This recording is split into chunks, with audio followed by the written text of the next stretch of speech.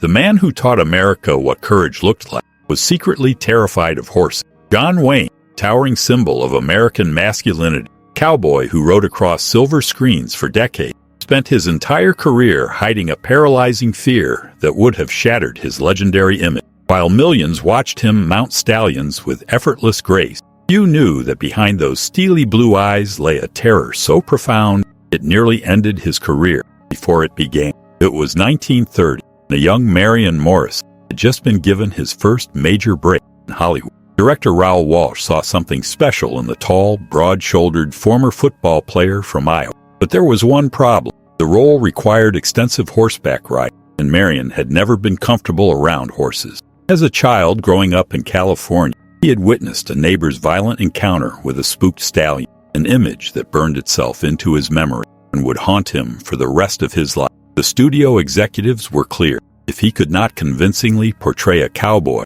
his Hollywood dreams were over. So Marion Morrison made a choice that would define not just his career, but his entire identity. He would conquer his fear, or he would disappear into obscurity. Every morning before dawn, while the studio slept, Marion would arrive at the stable. His hands would shake as he approached the horse, sweat beading on his forehead despite the cool morning air. The stable hands noticed how he would stand at the fence for long minutes, gathering courage just to enter the paddock. They watched him fall, get back up, and fall again. They saw him flinch at sudden movements, heard him whisper reassurances to himself as much as to the animal. But something remarkable happened during those solitary morning sessions. The fear never fully disappeared, but Marion learned to work alongside. He developed his own techniques, the slow, deliberate movements that would become his signature style, the way he would pause before mounting, the careful positioning of his hands on the rein. What audiences interpreted as confident swagger was actually calculated control,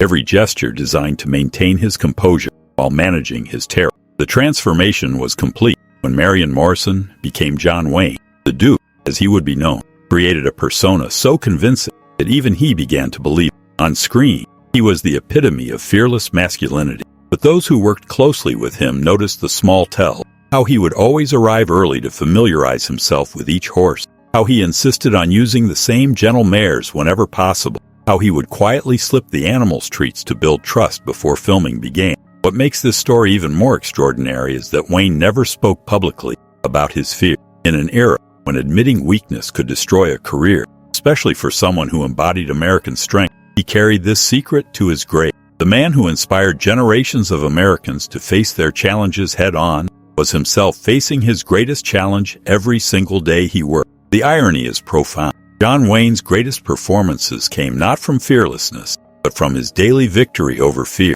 Every time he climbed into that saddle, he was proving that courage is not the absence of fear, but action in spite of it. The Duke we remember was not a man without weakness, but a man who refused to let his weakness define him. In his final years, when asked about the source of his on-screen confidence, Wayne would simply smile and say that a man learns what he is made of when he faces what frightens him most. He never revealed that for him. The test came not in war or adventure, but in the simple act of climbing onto a horse day after day for 40 years. The legend of John Wayne was built not on natural fearlessness, but on the most human quality of all, the choice to keep going when everything inside you wants to run away.